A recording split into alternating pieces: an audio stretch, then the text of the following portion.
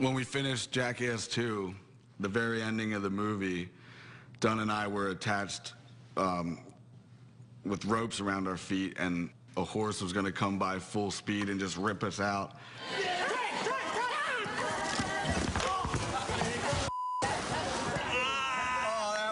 Tell me you f***ing slapped that horse. Okay, not okay. Yeah, I'm all right. Don't move down. No, I'm fine. I got this broken. I'm just going to myself. So just don't touch me. Dunn landed really wrong and messed his shoulder up and wound up getting a blood clot. It was really scary. It was scary to all of us because, you know, we don't think about that stuff. And then, you know, blood clot is really dangerous because if a chunk of that went into his heart or into his brain, he would die. I've never seen a man more scared in my life. I mean, they literally took him from a checkup at his physician straight to the hospital and told him, hey man, you could die any minute, you know? And it was, he had the fear of God put in him. It was pretty dire. I mean, like what was going on with him.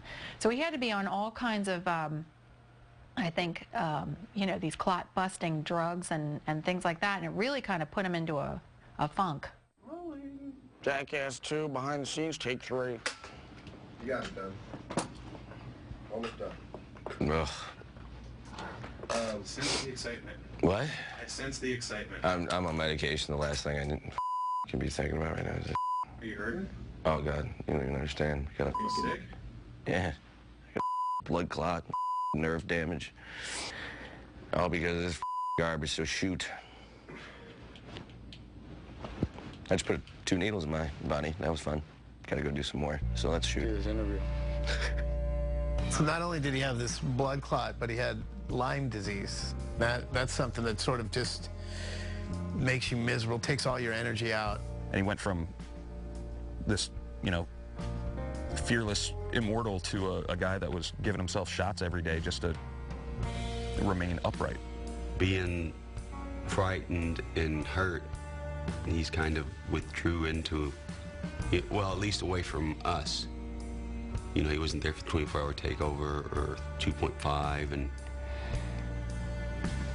I didn't like him not being around. None of us did.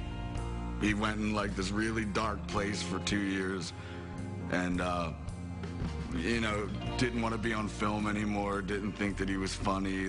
Even with us guys that, you know, lived down the street or lived with him or, you know, saw him every day, I guess he became kind of a recluse. I remember going to a Chinese restaurant, and we came walking out, and fans were running up to him and saying, you know, you're Ryan Dunn from Jackass.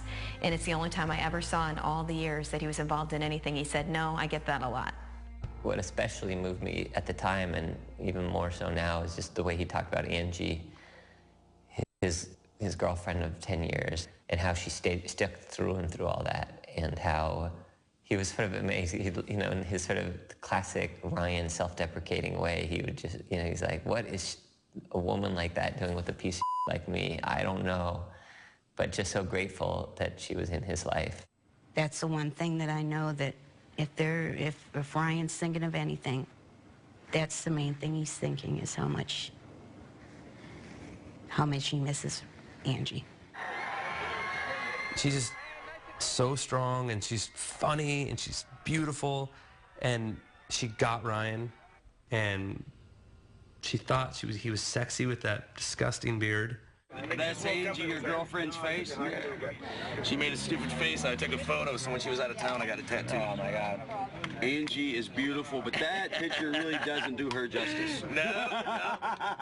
When he introduced Angie, and I was like, What? how the did this guy get this chick?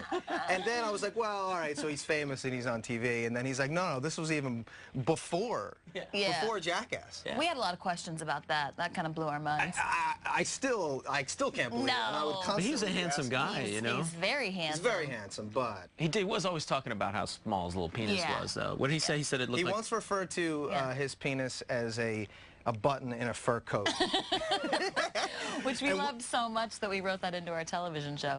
It sucks. With Dunn gone, I think I now have the smallest penis on the Jackass cast.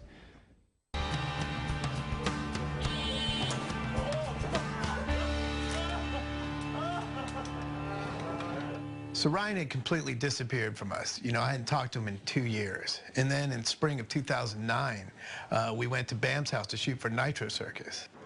Ryan, I guess, had been just coming out of his cave a little bit. And we filmed with him, and it was just like nothing had ever changed. You know, it was just awesome. Shortly after that, we decided to do Jackass 3. You know, you could just see that he had come out of the fog, you know, and it was so clear and so fun to be around. I didn't want to do it at all, but once we started filming, I realized immediately that I was wrong. It was an awesome experience. I actually had more fun on this than I did on all previous endeavors we had had. I laughed from beginning to end. I really did. And now I have new friendships because I really didn't like anybody. And now I like a good 20%. Who would have thought? You're not in that. He went through that dark period, and he came out of it, and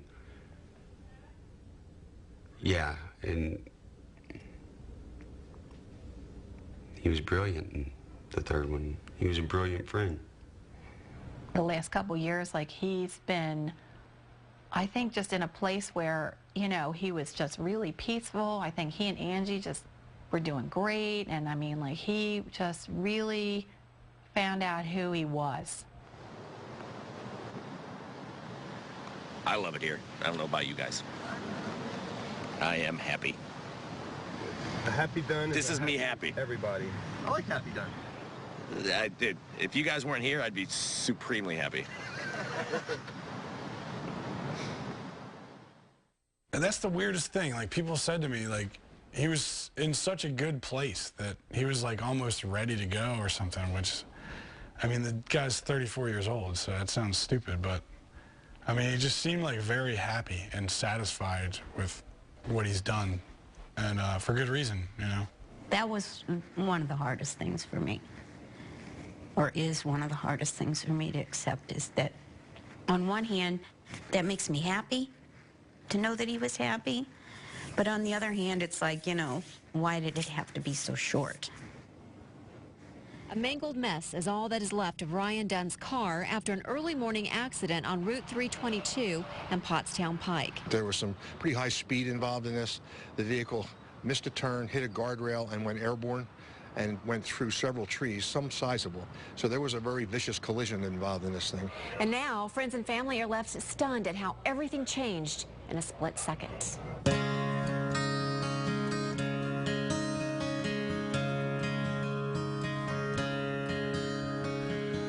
There are stars so distant.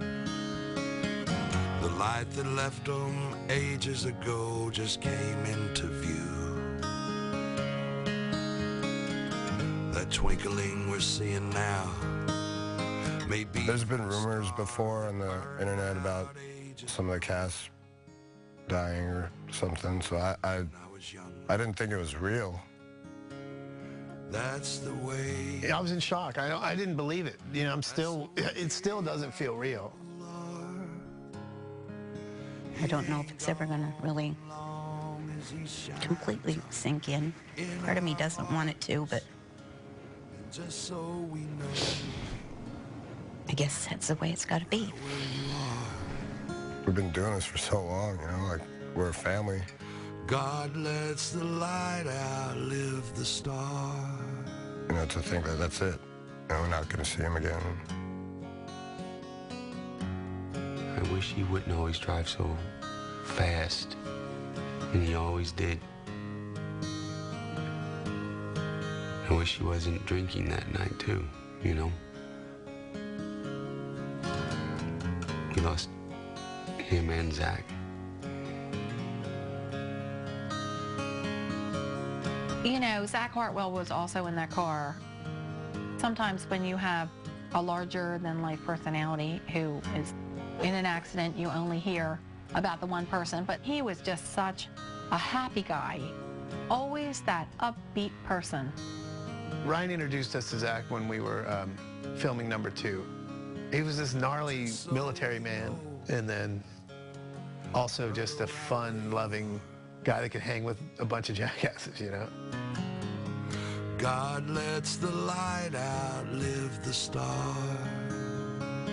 There's such a hole in the family now. Jackass is really, it's never going to be the same. It's the worst thing ever.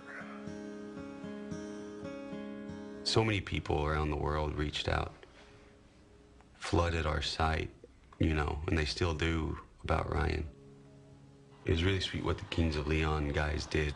Huge banners behind the stage and dedicated the song to him. For our good friend Ryan, rest in peace.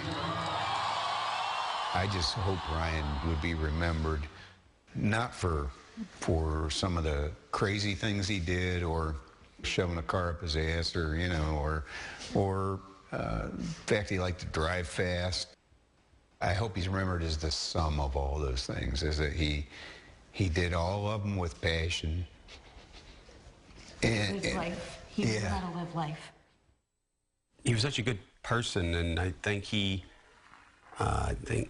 you know, made me a little better person, just knowing him. That rubs off, you know? Let me just say there is a cranium that overflows with wasted images of the way back. Useless figures well kept intact. Clean up the mess and then you can start with yours truly. I bid farewell and adieu my dear. I bid farewell and adieu my dear. I gotta get in there bareback.